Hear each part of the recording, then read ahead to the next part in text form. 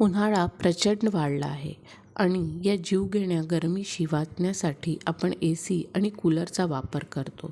पण ए सी आणि कूलरचा जास्त वापर म्हणजे भरमसाठ इलेक्ट्रिक बिल. तर चला या व्हिडिओमध्ये बघूया ए सी आणि कूलरचा स्मार्ट वापर कसा करायचा, जेणे बिल पण कमी येईल आणि गरमीनी पण मुक्ती मिळेल. पहिले मी ए सीच्या स्मार्ट वापरबद्दल सांगितलं आहे आणि मग कूलरच्या. खूप पॉईंट तुम्हाला माहीतही असतील, पण काही नवीन असतील, म्हणून हा व्हिडिओ शेवटपर्यंत नक्की बघा. ए सीचा योग्य टेम्परेचर निवडा. आपण रूम पटकन थंडी होईल म्हणून ए सी 18 डिग्रीवर ठेवतो, पण खरं तर त्यावेळी ए सी जास्त लोड घेतो आणि बिल वाढतं. आयडियल टेम्परेचर 24 to 27 डिग्री आहे. त्यामुळे कूलिंग कम्फर्टेबल राहतं आणि इलेक्ट्रिसिटी सेव्हिंगसुद्धा होते. नंबर 2, रूम साईज ए सी टनेज. बरेचदा लहान रूमसाठी आपण मोठा ए सी आणि मोठ्या रूमसाठी लहान ए सी घेतो. या दोन्ही कंडिशनमध्ये वीज वाया जाते. त्यामुळे रूम साईजनुसार ए सी टनेज निवडा, तेच इफेक्टिव्ह कूलिंग देतं. नंबर 3, ए सी इन्स्टॉलेशनची जागा. तुमच्या ए सीवर थेट सूर्यप्रकाश पडतो आहे का? जर आउटडोर युनिट उन्हात असेल तर ए सी जास्त मेहनत घेतो आणि त्यामुळे कूलिंग कमी होतं. म्हणून आउटडोर युनिट शेडेड ठिकाणी इन्स्टॉल करा. नंबर 4, ए सी आणि फॅन. काही लोक म्हणतात ए सीसोबत फॅन लावू नये, पण हे सगळ्यात मोठं मिथ आहे. ए सीसोबत फॅन चालू ठेवण्याने थंडी हवा सर्क्युलेट होतं आणि रूम पटकन थंडी होते.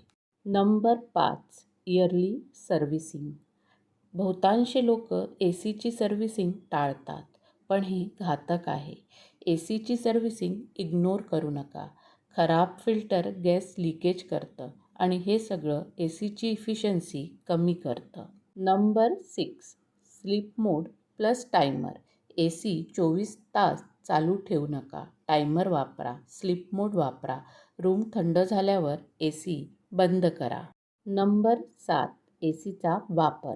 दारं खिडक्या उघड्या ठेवून ए सी चालू करू नका. मग थंड हवा बाहेर जाणार आणि त्यामुळे पैसे पण वाया जाणार.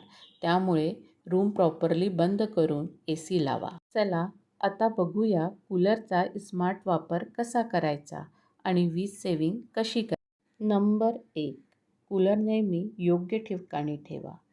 कूलर नेहमी खिडकी किंवा दाराजवळ ठेवा, जेणेकरून बाहेरची ताजी हवा आत येईल आणि कूलिंग प्रभावी होईल. नंबर 2, कूलरचे पॅड्स, घास नियमित स्वच्छ करा. कूलरचे पॅड्स दर 15 दिवसांनी स्वच्छ करा. धुळीमुळे हवेचा प्रभाव कमी होतो आणि मोटरला जास्त ताण येते, ज्यामुळे वीज जास्त वापरली जाते. नंबर 3, पाण्याची पातळी आणि बर्फाचा वापर. टाकीतली पाणी नेहमी पुरेसं ठेवा. कोरड्या पॅड्समुळे कूलिंग कमी होते. पाणी खूप गार करण्यासाठी त्यात बर्फाचे तुकडे टाका. यामुळे हवा जास्त थंडी होते. नंबर 4, पंप आणि पंख्याचा वापर. गरज नसेल तेव्हा पंप बंद करा. फक्त पंखा चालू ठेवण्यानेही गारवा मिळू शकतो आणि वीज वाचते. नंबर 5, हवेशीर खोली. कूलर लावताना खिडकी किंवा दरवाजा थोडा उघडा ठेवा, कारण कूलरला हवेची गरज असते. पूर्ण बंद खोलीत हवा दमट होते. नंबर 6, वायरिंग आणि कॅपॅसिटर तपासा. कूलरची वायरिंग व्यवस्थित असल्याची खात्री करून घ्या आणि खराब कॅपॅसिटर बदला, ज्यामुळे मोटर योग्य क्षमतेने चालेल. नंबर 7, स्मार्ट प्लगचा वापर. कूलरला वायफाय स्मार्ट प्लगशी जोडा. यामुळे तुम्ही मोबाईल ॲपद्वारे कूलर कधीही बंद आणि चालू करू शकता किंवा टायमर सेट करू शकता. जर व्हिडिओ आवडला असेल तर व्हिडिओला लाईक आणि चॅनलला सबस्क्राईब करा.